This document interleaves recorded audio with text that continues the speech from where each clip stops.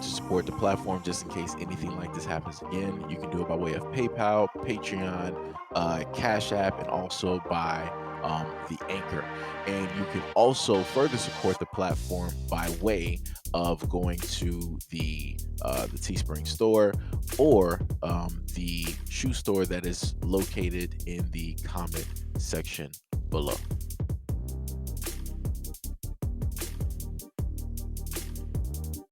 In the history of medicine, right? The pharmaceutical industry has produced many gigantic fortunes in this country, notably the fortune created by Robert Wood Johnson and his brothers in 1885 when they started the Johnson & Johnson Company, which has produced many products that have saved lives and led to the creation of the Robert Wood Johnson Foundation, which has done many good deeds. And that fortune has provided for generation upon generation of some members of the class that used to be known as the idle rich. The person who introduced immunizations in America was born into a caste that was not allowed to profit from his wisdom, from his genius, or even from his labor. He was a slave owned by a minister in Boston, a slave who saved lives in Boston during the smallpox epidemic of 1721 when he described a procedure that he had undergone in Africa before his life was stolen from him on a slave ship. Pulitzer Prize winner Isabel Wilkerson tells this story in her new book, Caste: The Origins of Our Discontents.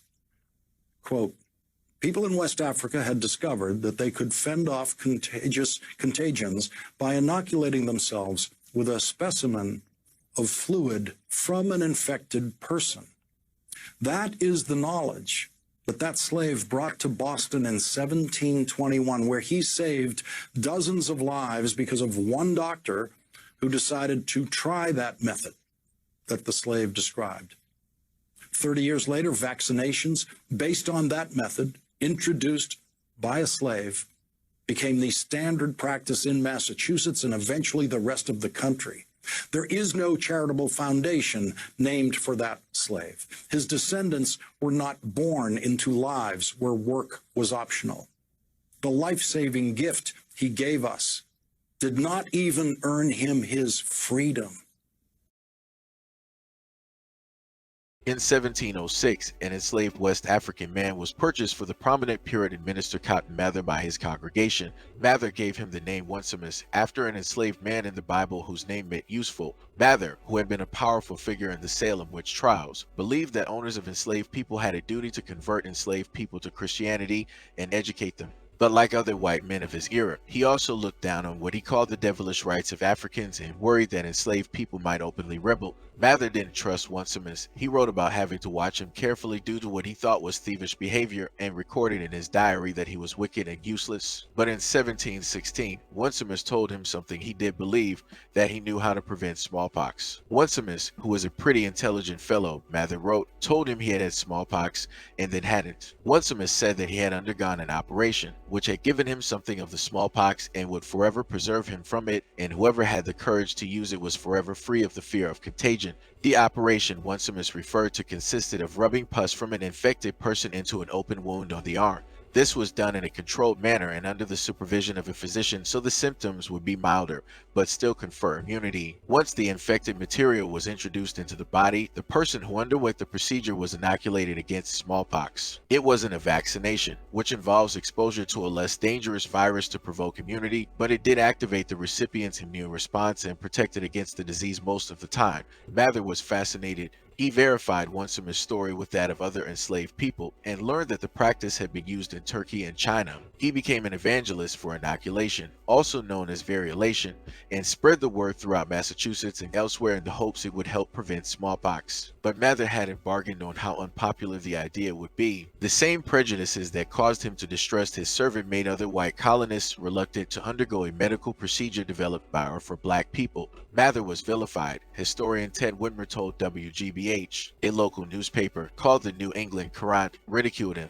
An explosive device was thrown through his windows with an angry note. There was an ugly racial element to the anger. Religion also contributed. Other preachers argued that it was against God's will to expose his creatures to dangerous diseases. But in 1721, Mather and Zabdiel Boylston, the only physician in Boston who supported the technique, got their chance to test the power of inoculation. That year, a smallpox epidemic spread from a ship to the population of Boston, sickening about half of the city's residents. Boylston sprang into action, inoculating his son and his enslaved workers against the disease. Then he began inoculating other Bostonians. Of the 242 people he inoculated, only 6 died, 1 in 40 as opposed to 1 in 7 deaths among the population of Boston who didn't undergo the procedure. The smallpox epidemic wiped out 844 people in Boston, over 14% of the population. But it had yielded hope for future epidemics. It also helped set the stage for vaccination. In 1796, Edward Jenner developed an effective vaccine that used cowpox to provoke smallpox immunity. It works. Eventually, smallpox vaccination became mandatory in Massachusetts.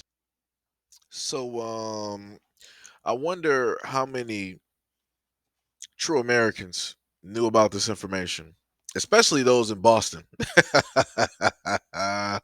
Especially those in Boston. I wonder how many of them understand the importance of this African man who was placed and put in slavery, taken from his homeland. He came over here with the knowledge that they didn't even have. And he gave them that knowledge freely. And it allowed their generation upon generation upon generation upon generation and generation of family and children to be out here to this date. Better yet, I wonder how many Americans in general know that they, in a sense, owe a portion of their lineage to this African man who gave them the ability to fight something that they didn't even know how to fight themselves.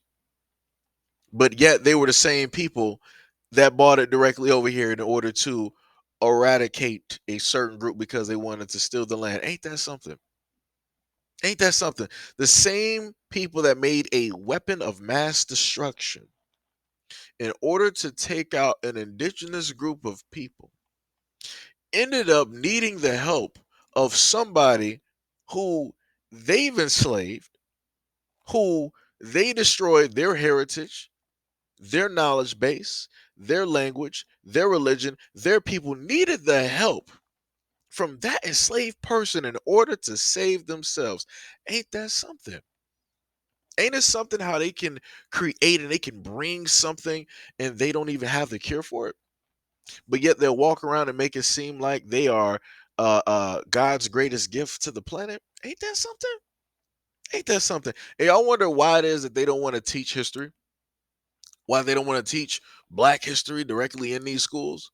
Because you have a lot of people that'll say, well, this isn't, black history, this is American history because, even though he was enslaved and what was wrong, what happened to him was wrong, but still he was American at the end of the day. And, this is American history. And, it should, why does it always have to be about color? What is all this divisive language about black and white? Why can't we just be American? Well, that's because this is what this country was founded on. This is how it was made. This is how a lot of things were produced. This is how you got a lot of inventions that are directly out here that were made by black people. But the funniest thing is, even though black people invented a lot of these things that are directly out here that everybody uses, not only in the United States, but around the world, they were never able really to patent a lot of their ideas or any of them at all because they did not have ownership of self, meaning that they were not freed men and or women. So due to the fact that they had somebody over them, a master, the master was the one that can lay claims to a lot of their works, to a lot of their cures, to any and everything that they were able to create that was able to benefit society as a whole. They were the ones that were able to take credit for it. This is another reason why you have a lot of these rich families directly out here living off of old money because they're living off of, again, the backs of the enslaved people that they had. And people wonder why it is that black people keep bringing this type of stuff up. That's because a lot of y'all don't want to face the truth and the facts that without us, there would be no you. And that's just a fact.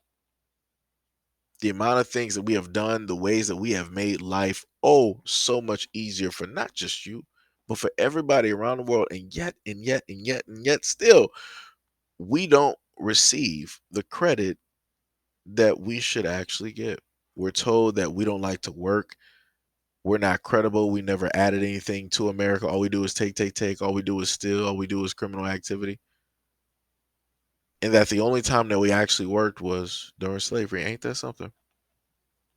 So magically, during slavery, we were the hardest workers and we were just Americans. But then after slavery, I guess we just became black and lazy and just we were just ciphering directly off of your wallets, off of your bank accounts, off of your heritage, off of your trust funds. We were just siphoning money directly from all of that, right? Funny. Funny, funny, funny. Like I said, this is why I love the internet because the internet can it can give you a many a blessings, and this was one of them. I learned something brand new that I never knew at all. None of my history books ever went over this information or told me anything about this enslaved African man who saved generations of people in Boston. Never told me anything about it. The funniest thing is they always told you how smallpox came about. They told you who it infected. And then they later on told you that, people in America later on started suffering from smallpox as well. The disease that they weaponized. Pay attention because I'm trying to convey, just trying to convey, because I don't think people really understand that smallpox was weaponized by a certain group in order to get rid of a certain group so that they can have the rights to the land and also claim the natural God-given rights that the people, the indigenous people, already had. Like I said, it was weaponized. And I guess a lot of people don't understand, how history tends to repeat itself. Because then if we look a little bit further after this, we had syphilis that was weaponized and given to peoples in the black community. And they were told that, oh, you have dirty blood and we have to give you this in order to, cleanse your blood, or however it is that they wanted to tell that tall tale. And they injected all of these people with syphilis, and then they just sat there and watched. They wanted to see how it was going to react. They wanted to see how it was going to work. And I keep telling people the reason why they was testing it on them was to make sure and to see how well it was going to work. If it was going, if it was powerful enough to work on them, they knew it was going to work on everybody else. Like I said, I don't think people actually understand because they ain't trying to understand. They want to make it seem as though, that was just a one-off thing and things like that don't happen anymore and yada yada yada. So be it, whatever you want to believe. But all I'm saying is an example of history is that smallpox was weaponized. Syphilis was weaponized. Do your research.